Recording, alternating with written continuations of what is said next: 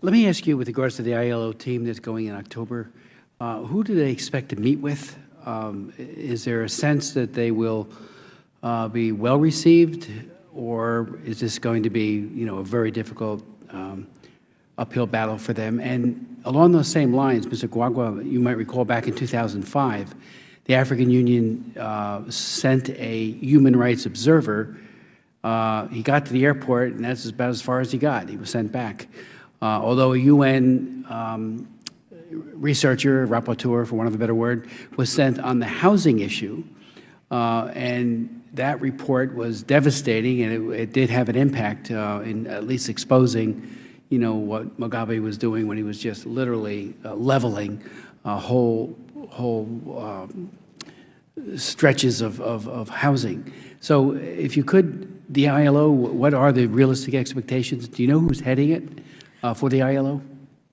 Unfortunately, I don't know who is heading the delegation. I did speak actually earlier this week with ILO representatives who made it very clear that it is their intention to travel in October.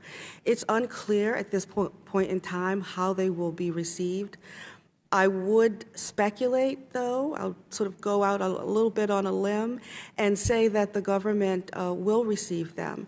The government challenged vigorously earlier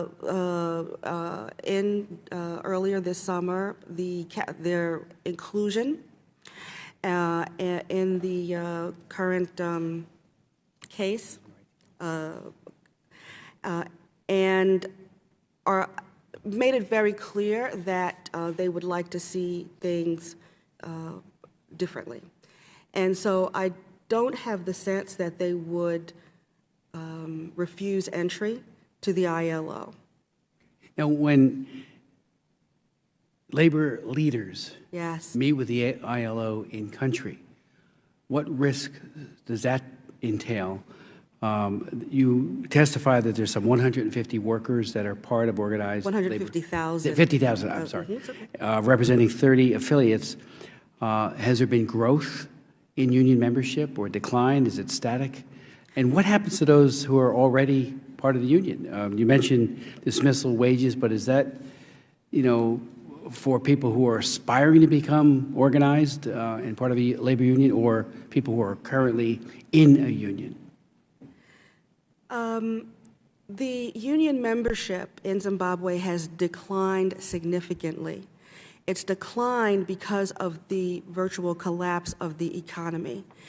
There's been incredible loss in terms of every sector of the economy: textiles, agricultural production, mining, and so forth.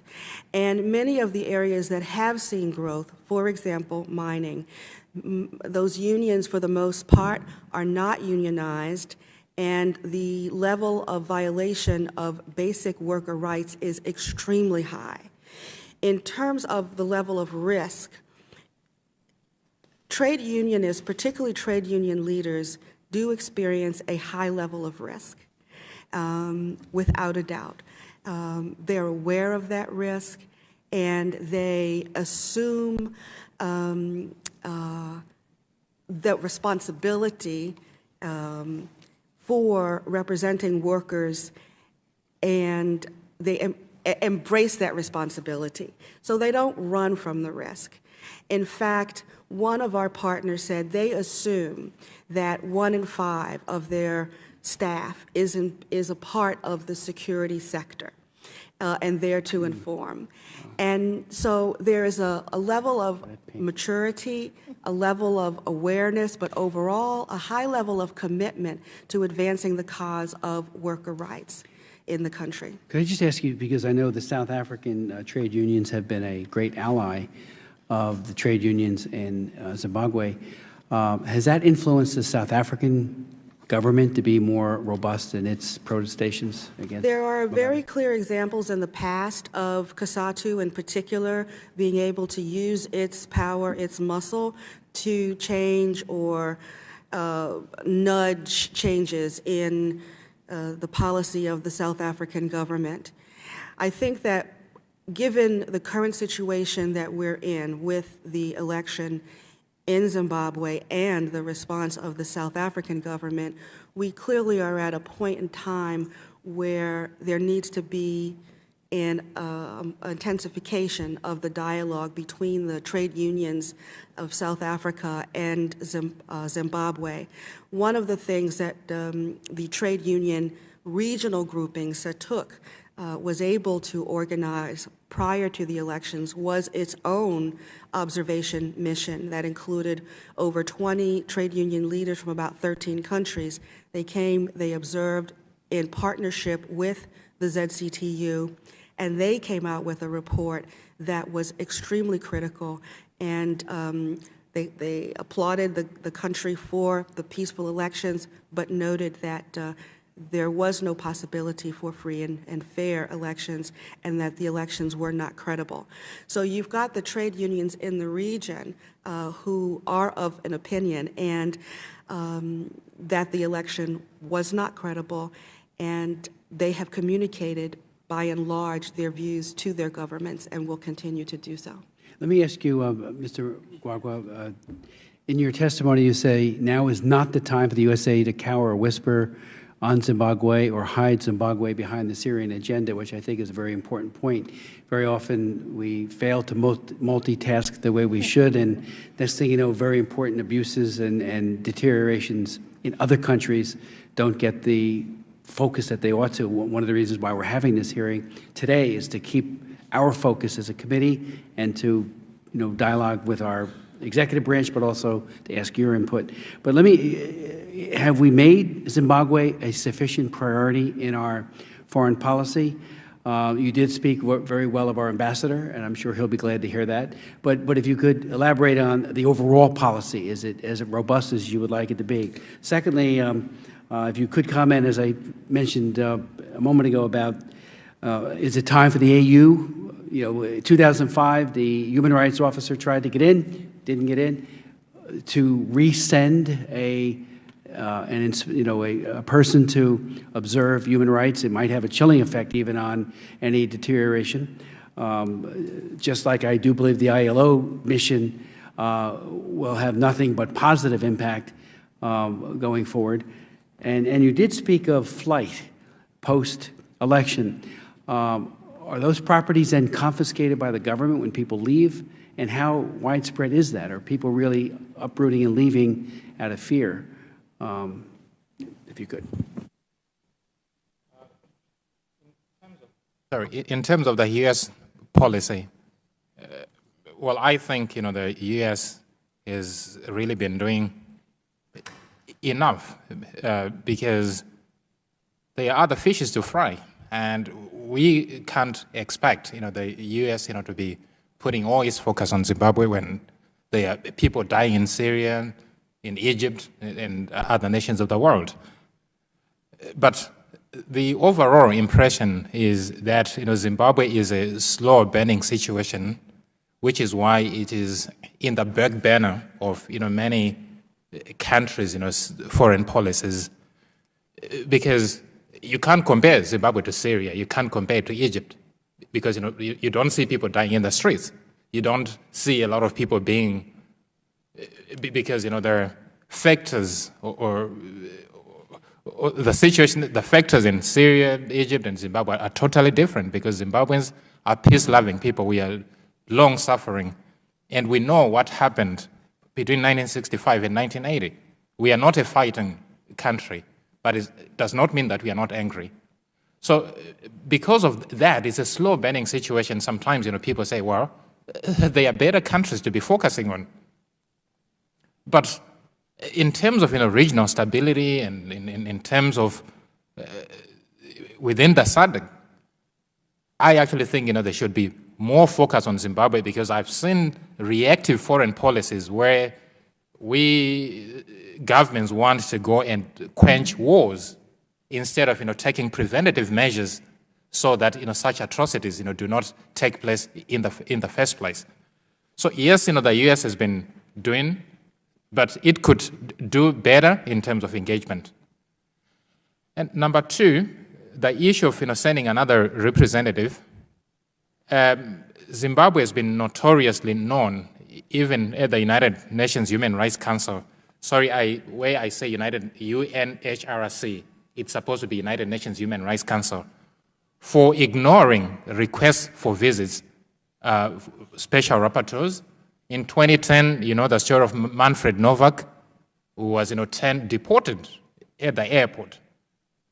And we work with special rapporteurs. Most of them have been ignored. And I actually think it's high time we had special rapporteur, for example, on independence of judges and lawyers to visit, the country. And then third question on the human rights violations, there was serious escalation from August 2012 to about June, May, June. But the reason why there was a lure or sort of like a retreat by the government in terms of the attack on human rights defenders was that they switched their attention from attacking human rights defenders to electoral manipulation. We began to see subtle intimidation, judicial complicity, where if a judge attacks you, you can't say anything in public because you'll be done for contempt of court. So it became more subtle because it's the tools of trade that the government, they employed new tools. But now we see a rise in attacks again, and I could talk of maybe the MDC's organizing secretary, Morgan Komichi, whose crime was simply that he picked a ballot paper and he gave it to the election commission. He's languishing in detention. Justina Mukoko, your organization is facing, delisting. Zimbabwe Human Rights Forum is facing attacks. Even Morgan Tsvangirai himself, last week at the funeral of Enos Ngala in Buhera, the leader of the war veterans said Tsvangirai should not return to his rural home. That's really scary. So in terms of the attacks, there is a lot of intimidation, and it is likely to increase unless something is done. Thank you. Has any request been made to the UN to investigate this intimidation of lawyers and judges? Because we could do that here as a committee, and certainly join you if that's something we could do. Collaborate with you. We in the past, because our organization was actually responsible for, I was part of the team that lobbied, discussed with Patrick Chinamasa that Navi Pile to visit Zimbabwe in May 2012. I was part of the negotiations, but we have requested, what we have done is, because the government rejects the applications for country visits, so what we end up doing is we invite the special rapporteurs to attend our annual events, particularly the International Human Rights Day in 10 December. But the downside to that is that if they are invited for a working, which is a working arrangement, because they haven't been invited by the government, they cannot comment on the situation in the country. They can only make anecdotal references. I see. So I think there's actually need. If the government is saying is committed to reforms, what are they afraid of? I actually think the special rapporteur on the independence of judges and lawyers should come into the country, and then also Frank LaRue, the special rapporteur on the right to freedom of expression, which is the mandate that also covers elections and access to information. One last question before yielding to Ms. Bass. When is the Zimbabwe's periodic review at the Human Rights Council? Is that coming up anytime soon? I actually happen to be part of the civil society team, that does that. Zimbabwe was reviewed in October 2011, and the report was adopted on the 12th of March last year, 2012. So the midterm review is going to be in March of next year. So the government is preparing for that, and we are preparing for that. And thank goodness we have been working quite well with the government on that in terms of the UPR, because the UPR doesn't threaten the government. Minister Patrick Chinamasa has been doing a fantastic job. We'll wait to see how Emerson Mnangagwa is going to cooperate with civil society.